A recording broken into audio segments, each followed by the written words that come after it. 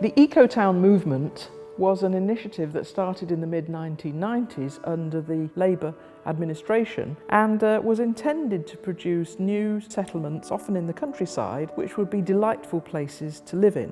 What happened then was the very complex story panned out, where many of these settlements had strong proponents amongst architects and indeed amongst artists. Damien Hirst was a strong fan of one of them. But in almost every case, the local population were against them and used almost every piece of legislation and public pressure point that they could to stop them developing. So lots of local opposition.